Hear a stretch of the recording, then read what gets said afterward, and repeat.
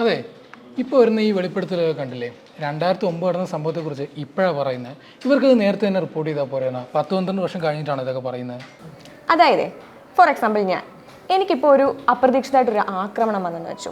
ചില സമയത്ത് ചിലപ്പോൾ എനിക്ക് അപ്പം തന്നെ പ്രതികരിക്കാൻ പറ്റും. അതായത് ഇതൊരു വലിയ ട്രോമയാണല്ലോ. ചിലപ്പോൾ എനിക്ക് കുറച്ച് നാളെടുക്കും ഈ ഒരു ട്രോമയിൽ നിന്ന് വെളിയിൽ വരാൻ. ചില ആളുകൾക്കാണെങ്കിൽ ചിലപ്പം ജീവിതകാലം മുഴുവൻ ഈ ഒരു ട്രോമ അവരുടെ കൂടെ നിൽക്കാൻ സാധ്യതയുണ്ട്.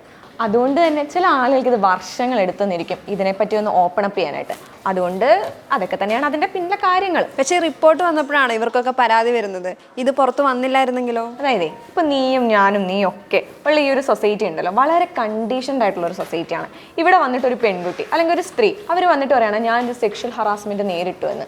അവരനുഭവിക്കാൻ പോകുന്ന വിക്ടിം ബ്ലെയിമിങ്ങും അതേപോലെ തന്നെ അവരെ ഒറ്റപ്പെടുത്താനും ഒക്കെയുള്ള സാധ്യതകൾ കൂടുതലാണ്. എക്സാമ്പിൾ, നീ ഇപ്പോൾ എന്തിനാ അവിടെ പോയത്, ഒറ്റയ്ക്ക് പോയത് എന്തിനാ, അല്ലെങ്കിൽ ഈ വസ്ത്രം എന്തിനാ ധരിച്ച്, അങ്ങനെയുള്ള പലതരത്തിലുള്ള വിക്ടിം ബ്ലെയിമിങ്ങുകൾക്ക് ചാൻസ് ഉണ്ട്.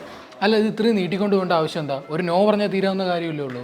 ബെസ്റ്റ്, നല്ല സ്റ്റേറ്റ്മെന്റ്. അതായത് പണ്ട് ഒരു സിനിമയിൽ ഒരു ഡയലോഗ് ഉണ്ടായിരുന്നല്ലോ, ഒന്ന് ഉറക്ക കരഞ്ഞിരുന്നെങ്കിൽ. അതൊരു വിക്ടിം ബ്ലെയിമിംഗ് ആയിട്ടുള്ള സ്റ്റേറ്റ്മെന്റ് ആണ്. അതുപോലെയാണ് ഇതും. അതായത് നമ്മൾ ഇങ്ങനെ ഒരു ഇൻസിഡന്റ് ഉണ്ടാകുന്ന സമയത്ത് പെട്ടെന്ന് ആളുകൾ പാനിക് ആവുകയും അവർ ഫ്രീസ് ആയി പോകാനുള്ള സാധ്യതയുണ്ട്. അതുകൊണ്ട് തന്നെ അവർക്ക് ഈ നോ എന്നും പറയാൻ പറ്റണമെന്നില്ല, കരയാൻ പറ്റണമെന്ന് പോലും ഇല്ല.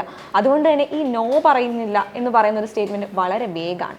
പിന്നെ ഈ പറയുന്നത് പോലെ നമ്മുടെ നാട്ടിൽ ഈ കൂടി വരുന്ന റേപ്പ് കേസുകളുണ്ടല്ലോ, അതൊക്കെ ഈ നോ പറയാഞ്ഞിട്ടാണെന്നാണോ കരുതുന്നത്?